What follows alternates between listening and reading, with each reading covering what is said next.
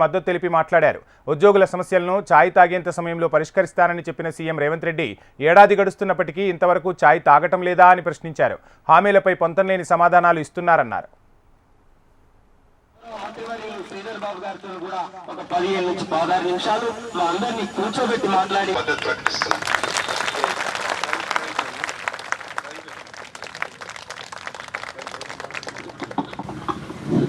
ధన్యవాదాలు.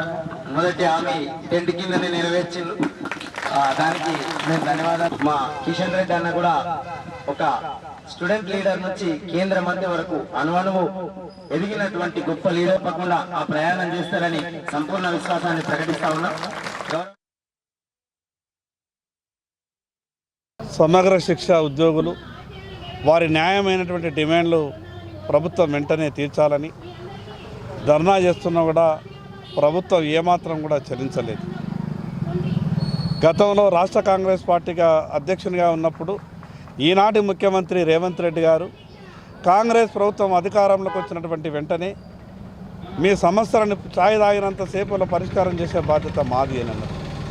మరి ఈరోజు కాంగ్రెస్ ప్రభుత్వం ఈ రాష్ట్రంలో ఏర్పడి సంవత్సర కాలం పూర్తయిపోయింది.